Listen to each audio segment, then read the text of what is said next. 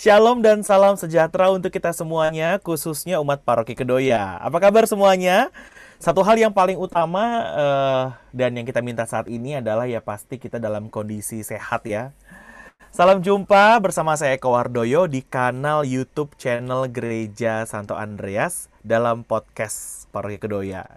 Nah, wow, Paroki Andreas punya podcast nih ceritanya. Nah, iya, ini adalah salah satu bentuk aksi nyata Paroki Kedoya untuk selalu hadir sih di tengah umatnya di zaman ini menggunakan berbagai media, salah satunya ya melalui podcast Paroki Kedoya ini. Nah, nantinya ada banyak hal yang akan dikupas atau dibahas dalam podcast ini ya. Mungkin beberapa episode ke depan tentang berbagai hal yang menarik, seru, atau hal-hal yang penting dalam upaya untuk meningkatkan pengetahuan umat dan keimanan kita sebagai umat Katolik gitu ya. Nah, sebelum kita ngobrol-ngobrol lebih lanjut dengan narasumber kita, saya tuh mau ngajakin seluruh umat Paroki Kedoya untuk subscribe. Ayo, siapa yang belum subscribe? Siapa yang belum membunyikan loncengnya, silakan subscribe sekarang dan bunyikan loncengnya. Klik tombol lonceng supaya nggak ketinggalan informasi kalau ada video-video baru yang seru dan keren dari Paroki Kedoya dan juga misa-misa online yang diselenggarakan Paroki Kedoya setiap minggu. Nah, yang berikutnya, karena ini adalah podcast kita yang pertama, kita tuh mau tanya nih ke seluruh umat Paroki Kedoya. Kira-kira dan cocok untuk podcast kita tuh apa sih sebenarnya ya? Silakan tulis pendapat Anda di kolom komentar dan juga kalau misalnya Anda semua punya pertanyaan tentang apapun ya, tentang gereja kita atau misalnya Anda semua mau kasih kira-kira request topik-topik yang menarik yang perlu kita bahas di podcast-podcast di episode berikutnya, episode mendatang, apa yang seru dan bikin penasaran gitu ya. Berbagai hal, silahkan tuliskan komentar Anda di kolom komentar. Nah, umat Paroki Kedoya dimanapun Anda semua berada, seperti yang kita ketahui saat ini tuh kita sedang menghadapi sebuah situasi yang tidak mudah ya. Situasi yang sulit gitu kita semua. Pandemi COVID-19 tuh melululantahkan seluruh segi kehidupan, termasuk kehidupan dan aktivitas peribadatan serta organisasi gerejawi.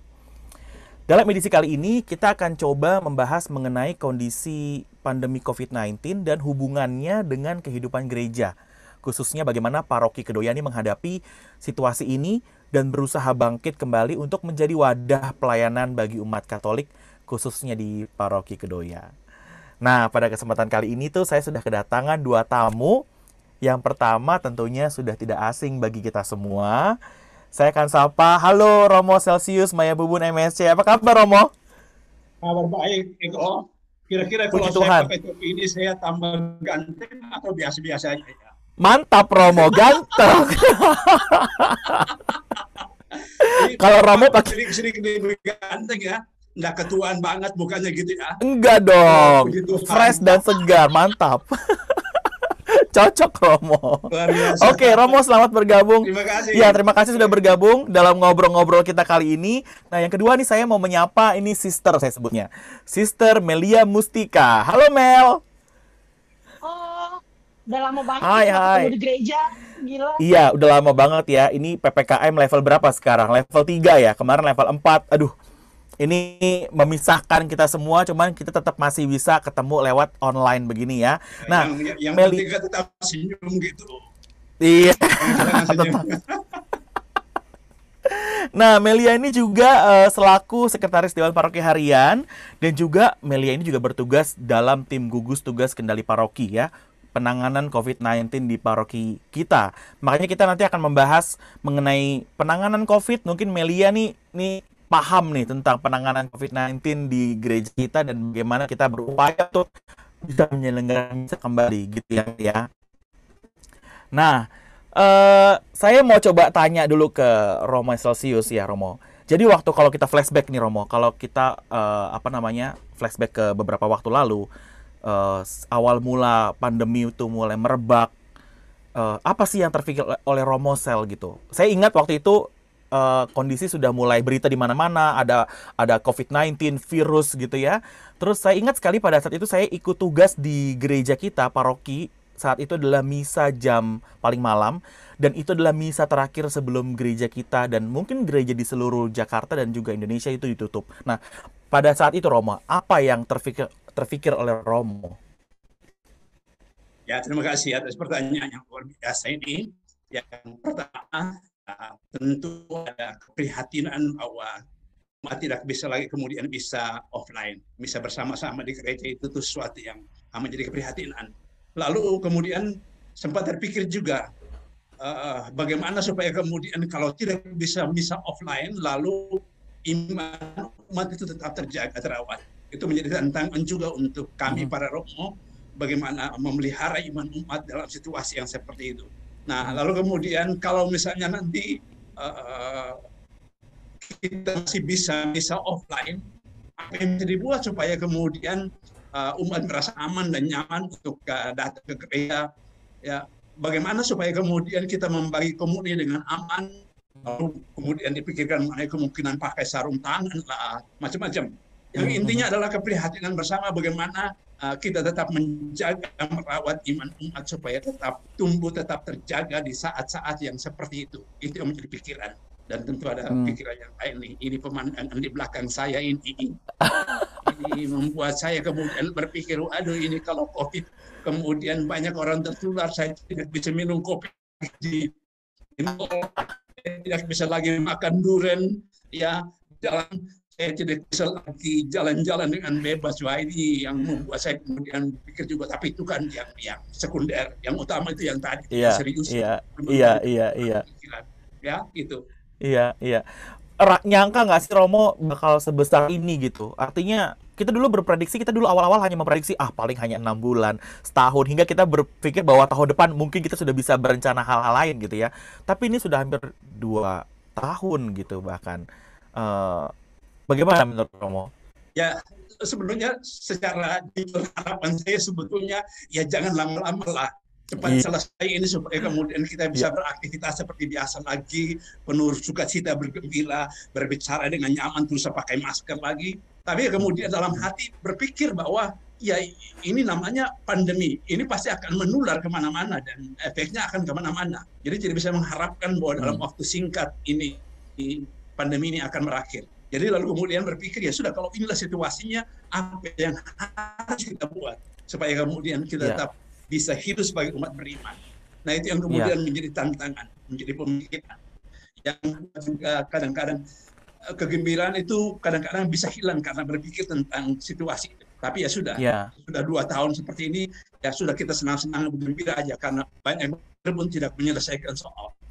Iya, karena ini pengalaman mungkin untuk saat ini, Romo, kita tidak menyangka bahwa kita hidup di kondisi kita pernah mengalami situasi seperti ini. Bahkan sampai mungkin dunia menyatakan harus lockdown atau yang dikenal dengan PSBB di kita ya, dan sekarang PKM gitu. Hingga membuat seluruh kegiatan kerohanian henti total. Nah, apa yang pada saat itu di pikiran Romo? Waduh, ini gereja harus berhenti, lalu umat ya mungkin juga butuh pertolongan gitu ya. Nah, apa waktu itu yang terlintas, Romo? Pada saat semua kegiatan harus berhenti, termasuk kegiatan menggereja. Termasuk adanya PPKM dan PPKB, kemarinnya kemarin itu ya. Iya. Membuat kita kemudian gereja tertutup dan batasi jumlah orang yang datang kalau ada bisa offline seperti itu, atau bahkan sama sekali. Nah, sebenarnya kita bersyukur bahwa kita tidak berpikir sendiri. Pemerintah sudah mengeluarkan ketetapan, ketentuan, pedoman, dan kemudian dari kuskupan kita ada pedoman yang konkret mengenai apa yang harus diperhatikan, diupayakan di paroki-paroki. Jadi kita kemudian mengikuti saja itu, ya, mengambil bagian dalam gerakan bersama kuskupan itu, memperhatikan pedoman-pedoman itu dan kemudian melaksanakan dengan teliti, dengan sebaik-baiknya, dengan konsekuen. Sebab pedoman itu sebetulnya membantu umat beriman untuk sungguh-sungguh aman dan selamat dalam situasi yang seperti ini. Tapi hal lain yang kemudian menjadi keprihatinan bersama adalah mengenai orang-orang umat yang kemudian terdampak karena pandemi COVID-19 ini, yang secara ekonomis sudah susah, dan dengan adanya situasi lebih susah lagi. Maka kemudian dipikirkan bagaimana supaya seksi sosial PSE kita memang sungguh-sungguh bergerak membantu umat Ya, beriman di ya. situ. Karena kita berpikir tentang mereka perlu kita bantu supaya tetap survive dalam situasi yang tidak enak ini. Nah, kita bersyukur juga karena Keuskupan kemudian membuat satu program yang namanya Celengan Yesus Tunawisma. Nah, Ya. itu sesuatu yang mendorong umat untuk berbagi. Ya, dari kelebihan rezekinya kemudian dikumpulkan, dan itu ternyata sangat berguna untuk membantu umat kita yang memang perlu Yang membutuhkan. bantuan secara Luar biasa. ekonomis karena terdampak. Dan ini luar biasa. Ya, bersyukur bahwa kita sebagai paroki tidak berjalan sendiri, tapi Keuskupan memberikan arah kepada kita sehingga kita sangat terbantu untuk itu. Itu sesuatu yang luar biasa. Ya, Sehingga saya ya, tidak betul. tambah putih rambut saya, tambah botak kepala saya karena memikirkan banyak hal, tidak membuat Melia kemudian tambah setengah mati karena berpikir banyak hal, tidak membuat Dewan Paroki kemudian berpikir banyak hal karena kita tinggal mengikuti saja pedoman yang sudah dikeluarkan oleh Keuskupan dan Ya. ada program untuk itu. Meskipun kita harus mengeluarkan juga dari kantong kita, dari kantong paroki, bantuan untuk umat yang lain. Tapi itu sudah harus, karena itulah spiritualitas kita. Gitu. Ya, ya. Kita boleh bersyukur kita punya panduan atau pedoman yang diberikan oleh KAJ, Romo. Dan juga kita boleh yakin bahwa kita juga harus tetap taat pada peraturan pemerintah ya pada saat itu hingga hari ini ya, Romo ya. Hingga semua bisa berjalan dengan baik. Nah, Romo, terima kasih. Saya mau coba tanya ke Melia ini yang beberapa kali sampai saat ini masih terus berkutat pada pengendalian proses pengendalian COVID-19 di gereja sebagai tim gugus ya.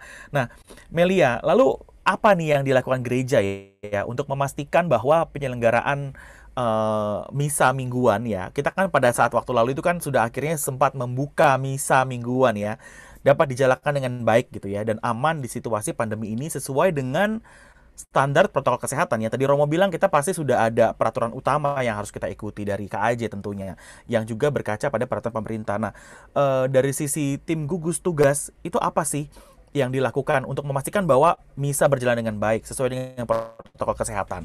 Lalu apa saja sih penerapan protokol kesehatan yang dilakukan di dalam gereja supaya umat yang datang ke gereja itu benar-benar merasa aman dan nyaman? Seperti tadi Eko udah bilang, kita selalu ikutin panduan KAJ. KAJ sendiri kan ngikutin peraturan pemerintah. Yang pasti kita sendiri ada wajib lapor terhadap KAJ tuh, zona kita tuh seperti apa sekarang. Kan KAJ parokinya ada banyak. Kan nggak mungkin KAJ untuk tahu paroki mana yang aman, paroki mana yang merah. Jadi kita sendiri ada kewajiban untuk lapor. Awal-awal kita lapor tuh seminggu sekali. Kalau belakangan sejak tahun 2021 itu jadi sebulan sekali. Jadi kalau zona kita aman, kita boleh buka misa offline. Jadi perhatikan zona itu. Kemudian selain kan tadi ditanya juga protokol kesehatan, yang pasti kita ada pembatasan umur karena untuk mengurangi resiko. Jadi yang pas untuk misa offline awalnya dibuka hanya untuk 18 dan 59 tahun. Tapi dengan adanya vaksin, kita akan membuka untuk remaja usia 12 tahun ke atas dan bahkan lansia. Tapi yang lansia dan remaja ini masih dalam proses. Jadi menurut saya sih batas umur sendiri itu kan salah satu cara untuk membatasi protokol kesehatan buat orang-orang yang datang secara tidak langsung ya, karena kan dengan orang tua yang mudah sakit kita cegah, berarti kita mencegah resiko juga. Betul. Kalau untuk protokol penularan COVID kan sebenarnya nggak berubah ya, semua dari droplet. Jadi secara protokol sebelum PPKM dan sesudah PPKM itu sebenarnya sama saja. Yang pasti untuk protokol kita wajib, petugas maupun umat wajib pakai masker medis. Kemudian selain masker, ketika kita mau masuk gereja di pagar, bukan di dalam gereja ya, di pagarnya kita dicek temperatur. Selain cek temperatur, kita ada buat tempat cuci tangan, terus jaga jarak buat antrian, ada garis di bawah lantai atau di bawah jalanan untuk mencegah terjadinya keramaian. Kemudian kalau bisa dilihat di YouTube atau di tempat lain, kalau misalnya misa offline itu jaraknya jauh-jauh, 1 meter sampai 1,5 meter jarak antara satu dan yang lain. Betul ya. Tuh salam damai, udah bye-bye, itu udah nggak ada. Ini terpaksa tunduk kepala ya. Salam namaste ya. udah nggak ada salam damai, adanya tunduk kepala.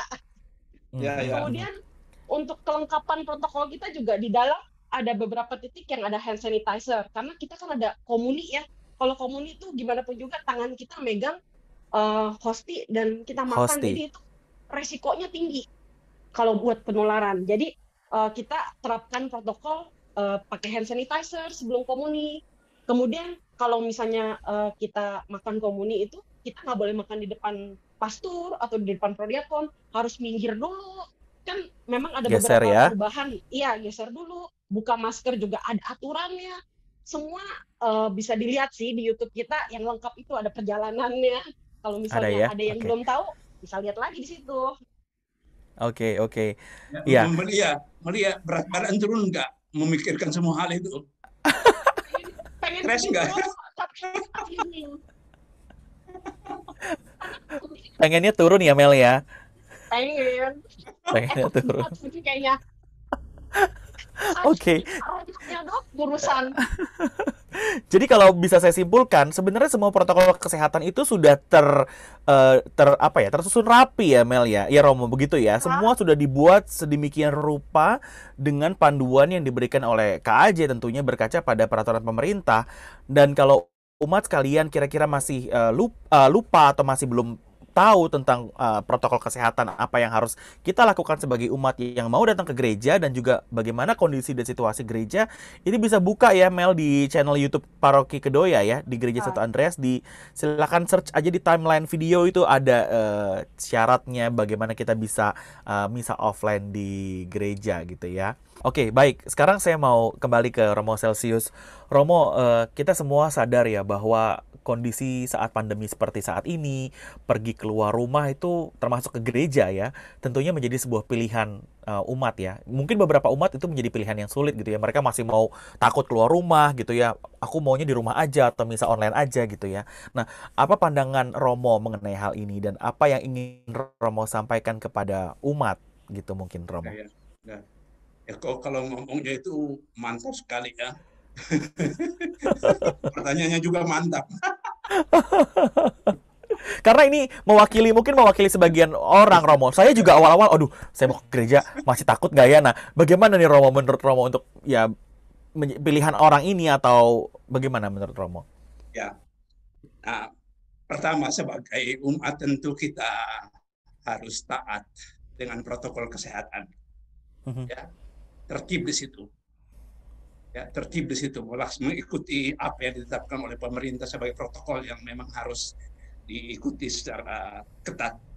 Karena itu bukan hanya untuk keselamatan diri kita, tapi keselamatan orang lain juga. Dan itu harus memang tetap harus diikuti dengan ketat.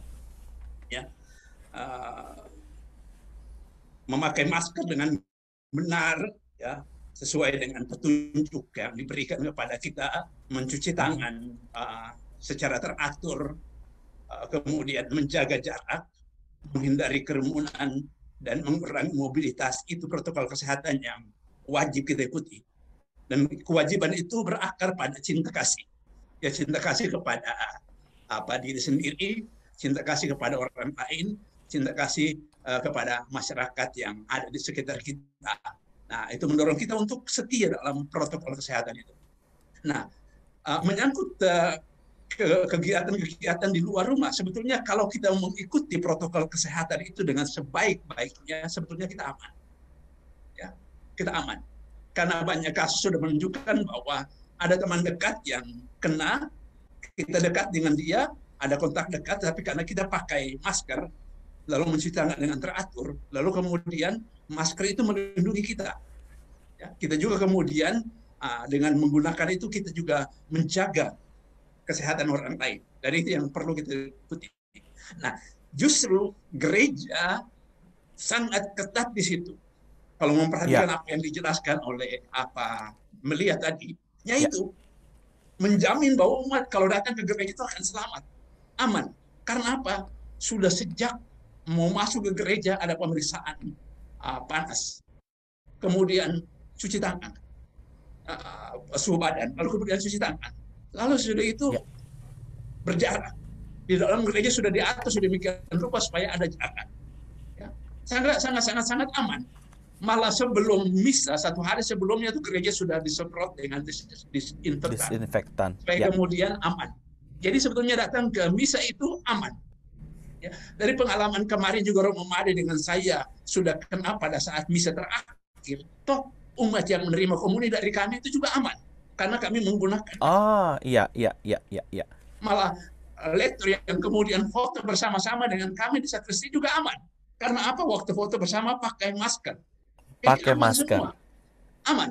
Jadi itu menunjukkan Ya, bahwa ya. kalau protokol kesehatan itu digunakan dengan sebaik-baiknya, ya aman. Ya sesak napas sedikit, ya udah. Ya itu bagian dari kebiasaan diri. Namanya juga new normal. Mulai sesuatu yang baru itu ya harus belajar. Tapi Ya, ya. percaya bahwa kalau itu semua digunakan dengan tepat, aman. Melia juga sebelum saya ke positif, melihat juga sebelum saya diperiksa dan positif COVID. Kami berdua ngomong dengan dekat sekali. Dan kemudian satu malam sebelumnya, malam sebelumnya dekat sekali. Tapi karena kami berdua semua pakai masker, aman. Artinya apa? Tidak usah takut kalau protokol kesehatan sudah diikuti semua dengan baik, pasti aman. Dan gereja belum pernah kemudian ada yang tertular dalam misa karena kena COVID. Ya, tidak ada karena kita disiplin di situ. Jadi, tidak perlu takut datang ke gereja, aman, gitu. Ya, ya. Jadi kuncinya adalah memang selalu taat protokol kesehatan ya, Romo ya. Persis. Ya, betul sekali. Itu juga pengalaman yang saya alami di saat kita sama-sama penyintas ya, Romo ya, penyintas COVID-19 gitu dan alumni. Alumni Romo, dan puji Tuhan kita ya, dan puji Tuhan karena kita sudah vaksin, gejala yang kita alami sangat ringan ya, Romo ya, ternyata saya ya. Mendorong umat untuk vaksin. Siapa yang belum vaksin, vaksin secepatnya. Karena itu memberikan rasa aman kepada diri sendiri. Nah, Paus mengatakan dengan sangat bagus sekali, menerima vaksin dan mendorong umat untuk vaksin itu adalah perbuatan cinta kasih. Ayo, ini luar biasa. Betul sekali. Iya, iya, iya. Oke, baik Romo. Betul. Vaksin dan protokol kesehatan itu udah yang paling utama saat ini. Ya, oke. Nah, saya kembali lagi ke Melia, Romo, sebentar. Nah, Melia, mau tanya nih. Ini kan rencana kita kan kemarin sempat tutup ya, PPKM level mulai tinggi dan sekarang sudah mulai melandai. Kondisi Jakarta sudah mulai membaik gitu ya, dan kita doakan semoga semakin membaik gitu. Kita sudah merencanakan misa nih ya. Kita sudah kembali membuka misa ke depan ini. Nah, memang tidak bisa seperti misa yang sebelum pandemi. 5 kali misa ya kalau nggak salah dalam 1 minggu ya. Nah, ke depan itu kira-kira kita mau membuka berapa kali jam misa? Tadi Melia di awal sempat udah jelasin kan, mungkin ada usia 12 tahun ke atas hingga ada lansia. Nah, rencananya ke depan gimana tuh Melia tentang pembukaan misa? Yang pasti yang paling dekat adalah kita akan coba dengan misa offline 1 kali dulu yang pagi. Karena kan kita harus lihat juga apakah respon umat udah pada berani keluar, apa masih takut, kan kita harus lihat dulu bagaimana situasi dan kondisi sekitar kita. Kemudian rencananya setelah misa 1 kali, kita akan berusaha untuk misa 2 kali dengan penambahan periode jarak umur. Tadinya kan 18 sampai 59. Kita akan mulai masukkan remaja 12 sampai 59. Jadi remaja itu boleh datang tapi sama orang tua. Nggak boleh tuh anak 12 tahun datang misa sendiri tuh. Kak Aji nggak mau seperti itu. Kak Aji maunya anak diajak dengan orang tua datang misa bersama. Jadi dibuka untuk peluang untuk anak-anak. Kemudian jika kita lihat sudah berjalan dengan baik, yang misa 2 kali dengan anak-anak, kita juga akan coba dengan misa lansia. Nah, khusus lansia itu tidak digabung dengan anak-anak, dengan remaja atau dengan orang yang usia produktif. Karena dianggap usia produktif masih kerja kemana-mana, masih aktif. Jadi punya resiko untuk kena dari rekan kerja atau dari tempat lain. Jadi lansia tuh di slot sendiri dari KAJ untuk misa sendiri hari Sabtu. Sabtu sore. Baik. Jadi lain lah dia. Nah, jamnya. Jadi kalau misa pagi kan seperti biasa berarti 8.30 ya, misa yang pagi. Untuk jadwal berikutnya misa sore itu berarti hari Minggu juga tapi 16.30. Ya, 16.30 dan lansia Sabtu 16.30. 16.30. Oke, pertanyaannya adalah misa mana saja yang akan disiarkan secara langsung di YouTube channel Paroki Kedoya? Sementara ini Komsos akan menayangkan misa hari Minggu saja. Misa hari Minggu pagi dan Minggu sore. Dan Minggu oke, sore. baik. Baik, baik. Jadi umat di rumah juga masih bisa misa online ya, tapi hari Minggu jam 8.30 atau di jam 16.30 gitu ya. Nah, 16.30. kedepannya Ya, akan ada wacana untuk pembukaan misa untuk lansia ini hari Sabtu jam 16.30 begitu ya. ya, betul. Nah, Meli ada pertanyaan. Misalnya nih, saya menemani orang tua saya yang kebetulan memang usianya usia lansia. Itu tidak diperbolehkan ya, Melia ya? Oh, nggak boleh. Yang boleh hanya Nggak suami boleh. istri. Hanya Suami suami istri ya. istri. Hanya suami Berat. istri. Oke, yang berarti benar-benar hanya untuk lansia. Berarti bisa dikatakan bahwa lansia yang boleh ke gereja ini adalah lansia yang bisa masih sanggup mengurus dirinya sendiri, begitu ya, Melia ya? Ya, kalau kalau lansia yang harus, maaf, dituntun sama anaknya, itu Mhm. berarti belum boleh misa di gereja. Oke, KAJ menentukannya adalah orang yang boleh misa lansia adalah lansia yang masih mandiri dan sehat. Kalau untuk mandiri dan pasangan, sehat. misalnya ada seorang lansia, suaminya berumur 63 tahun, tapi istrinya umur Mhm. 58 tahun, itu tetap bisa misa bersama. Jadi Oke, KAJ memberikan keringanan, tapi hanya sebatas itu. Bukannya Eko anaknya boleh ikut, itu nggak boleh. Jadi sebatas gitu ya. lansia dan pasangan. Kecuali pasangan Eko sudah Oke. lansia mungkin. Tapi Serem saya banget, lansia Mel. yang istimewa loh. Lansia yang istimewa itu saya karena bisa misa hari Sabtu sore, bisa misa Minggu pagi, bisa misa Minggu sore. Jadi ini luar biasa. Ini lansia kadang-kadang ini. Lansia jiwa muda, Romo. Lansia jiwa muda ya. Terima kasih Tuhan. Nah, oke. Nah, saya mau lanjut ke Melia Romo nih. Jadi kita Silakan, silakan. nggak sangka ya Mel ya, ke gereja kok kita sekarang mengunjungi gereja atau misa ke gereja itu kan harus menggunakan sistem yang namanya mendaftar di sistem yang namanya sistem bela rasa gitu ya. Nggak sangka aja ya dalam dalam hidup ini, dalam generasi ini kita ke gereja aja harus daftar gitu ya, kayak beli tiket gitu ya. Nah, Melia bisa jelaskan nggak kenapa sih kita harus pakai sistem bela rasa ini? Kayak mau ke gereja harus beli tiket dulu atau sorry bahasanya memesan tiket gitu ya. Dan kita sampai gereja itu menunjukkan barcode dari tiket yang kita dapat. Nah, Melia boleh jelaskan kenapa kita harus pakai sistem bela rasa dan eh, apa tujuannya? Untuk misa sekarang, kita cuma boleh dikasih kapasitas 20% dari jumlah kursi. Jadi yang pasti Mhm. bela rasa itu pertama buat ngebatasin kuota. Jadi Oke, maksudnya supaya membatasi bisa kuota. dibatasin yang datang kita, puji Tuhan kita dapat 250 kursi. Karena saya tahu di paroki lain ada yang cuma 100 kursi. Kalau 100 kursi dengan banyak umat, bagaimana itu baginya? Ah, Kita iya, iya, iya, iya. bersyukur kita dikasih 250, tapi 250 itu bukan hanya umat. Itu sudah termasuk promonya, sudah termasuk Hmm, tugas liturgi, termasuk orang audio. Jadi dibatasinya tuh betul-betul strict ya, aturan dari KAJ tuh nggak ya, ya, ya, ya. main-main. Cuman boleh 250, dan itu juga kalau mungkin ada yang belum tahu, setiap kita misa tuh ada petugas kesehatan, walaupun tidak ada yang Mhm, sakit. mhm, Tetap kita mhm. siapin karena itu salah satu syarat dari KAJ untuk mengadakan misa offline. Jadi bela rasa tuh yang pasti yang pertama buat ngebatasin umat. Kemudian kalau misalnya diperhatikan, selain buat umat, bela rasa dibikin supaya hanya untuk paroki sendiri. Jadi kayak Ya, Eko nggak bisa misa di paroki katedral, dan paroki lain nggak bisa misa di kita. Sebenarnya tujuannya tuh buat bisa melihat kondisi COVID di sekitar kita.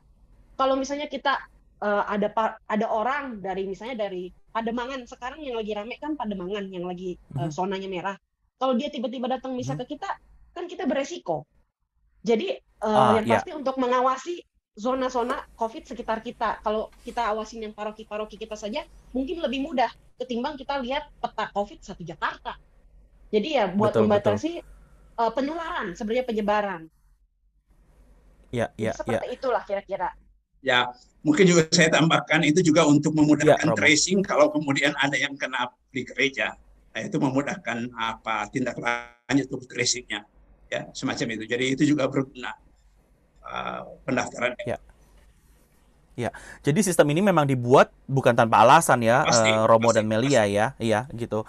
Bukan juga bertujuan untuk mempersulit kita, tapi memang sistem ini sengaja dibuat untuk membatasi tadi yang Melia cerita ya, membatasi area gereja supaya menghitung jumlah maksimal umat atau orang yang bisa hadir ke dalam satu gedung gereja gitu ya. Dan yang kedua juga membatasi lingkup area gitu ya supaya kita umat paroki Kedoya hanya bisa di area kita gitu ya supaya bisa lebih mudah Ya. mengontrol gitu ya. Nah, eh, Ujung-ujungnya kan keselamatan dan keamanan semua saja yang ikut bisa.